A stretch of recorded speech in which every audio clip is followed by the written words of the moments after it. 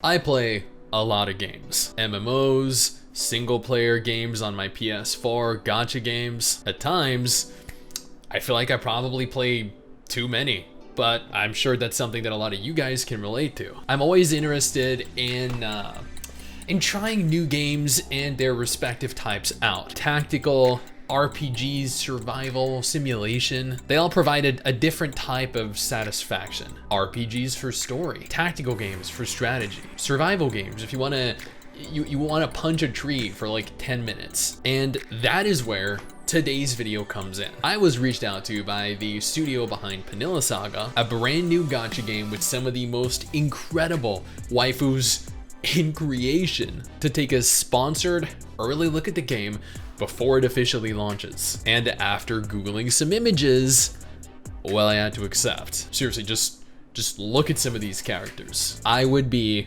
an idiot to pass up this opportunity. Now, if Panilla Saga intrigues you as much as it did me, then I urge you to go ahead, click that link in the pinned comment in the description below, and get ready to play. A treasure trove of waifus awaits. Now, immediately upon logging into the game, you're greeted with this gorgeous live 2D title screen that highlights a couple of the different characters. After logging in, you're thrown directly into a cutscene. This demonic goddess attacks us. We get our asses kicked, and for whatever reason, she decides she wants to run away. This leaves, well, her to finish us off. And if I'm being entirely honest with you all, this isn't really a bad way to die. We somehow, for whatever reason, survive that encounter, even having taken 9999999 damage, and are given the option of selecting our character, male or female. You guys should know me well enough. If I'm not playing with a girl,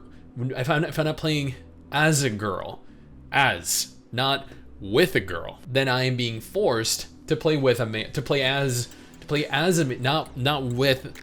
I mean, I'm being forced to, if I'm not playing as a female, then I'm being forced to play as a male. Jesus. So I chose female, like a lot of you guys are going to. I wake up in a forest with some weird old guy telling me that I'm the chosen one and subsequently swearing fealty to me.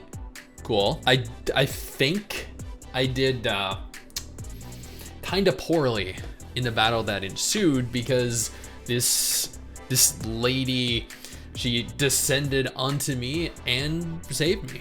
She revived me. Did I die? Did she heal me? Now, after playing through the game a little bit, I stopped, I took a moment, and I thought to myself here, you know what? I could continue to show you guys low-level gameplay, limited features that are a direct cause of my low level, or I could use an account that the devs supplied me in an attempt to showcase the game in a much more exciting state. So I went ahead and booted up the account. I went directly into the hero archive and opted to check out what some of the husbandos and waifus look like. And when I say husbandos and waifus, you know, I really mean waifus. But at the same time, I don't want you guys to think that I don't also look at the husbandos. I appreciate them. I just have an appreciation for them more, you know, in the background. Plus, my entire attraction for this game was purely based off of the waifus that I saw when I Googled it. And I want to take a moment here to highlight a few of them, like Mist here, or Obero, Senen, Goal. And admittedly, while cycling through a few of these different waifus, I do want to take a moment here to just point out the sheer attention to detail that the devs have put into these character models, because it is incredible. They all have their own unique style, they all have their own unique aesthetic. While we're on the topic of waifus though, let's take a moment here to discuss how they function and what purpose they serve. Panilla Saga is an idle RPG. What this means is that the game can be played by you or without you present. The game continues running while you're logged out, while you're out watching a movie. Your waifus, in essence, function as a type of auto farm. They eliminate monsters for you. They continue to gather items and resources for you. All you're really required to do is to log in and claim them. But at the same time, this game is also a lot more than your typical idle game. There are plenty of game modes that actually require manual play. You can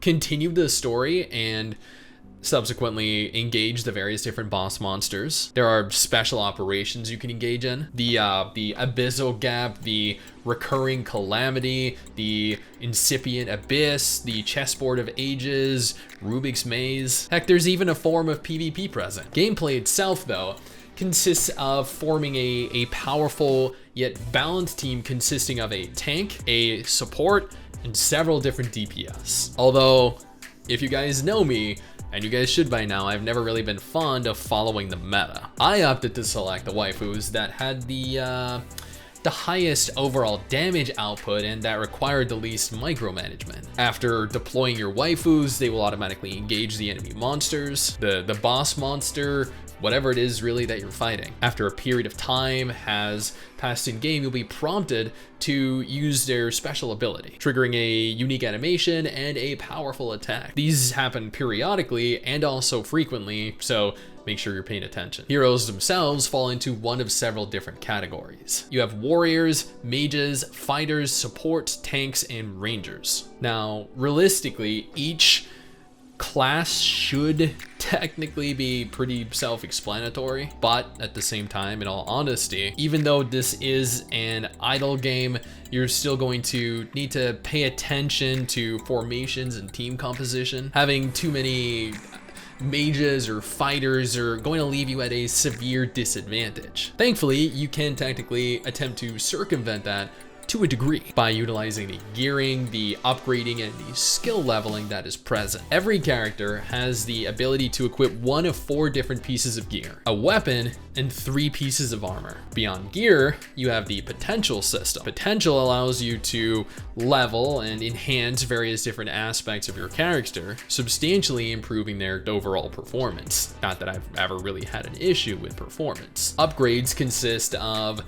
beneficial boost to various base statistics like attack, like accuracy, like HP. Planning out who you're going to upgrade is very important. Sadly, I admittedly have very little self-control and typically tend to YOLO everything I have immediately into whichever SSR waifu is the most appealing to me at the time. Did I mention that we can level, we can enhance, and we can also alter the skin of our playable character as well? Because you can, and you can make her quite powerful. Now, I don't think I've ever played an idle RPG with as much content to physically engage with as I did in Panilla Saga. Engaging in the chessboard of ages was actually pretty fun. Moving your character horizontally and vertically across a board, engaging enemies, getting special enhancements as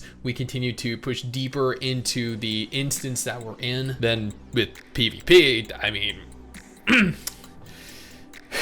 I don't really want to brag here, but I'm kind of a PvP god. So naturally, I absolutely destroyed all of my competition, and by the end of the day, I was the rank 1 PvPer. Not everyone can achieve the greatness that I have achieved. This is something that you're gonna have to work towards, but you know what? You're more than welcome to, if you want to, use me as your role model.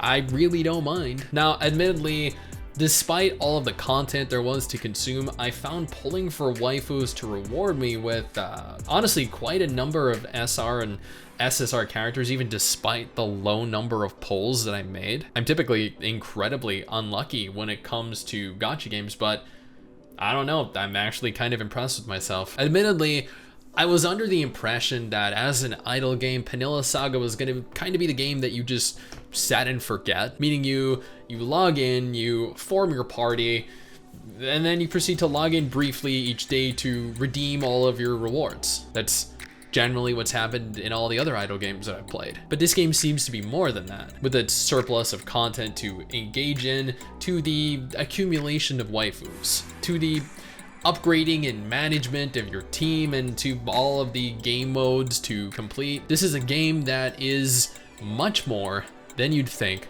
upon first impression, which was at the end of the day quite the surprise for me. Again, if you want the opportunity here to play with some of the hottest waifus in creation, go ahead and click that link in the description and the pinned comment below. You will not regret this choice. Well, unless your girlfriend or your wife walks in which case, you know what? I don't know you and I'm not responsible.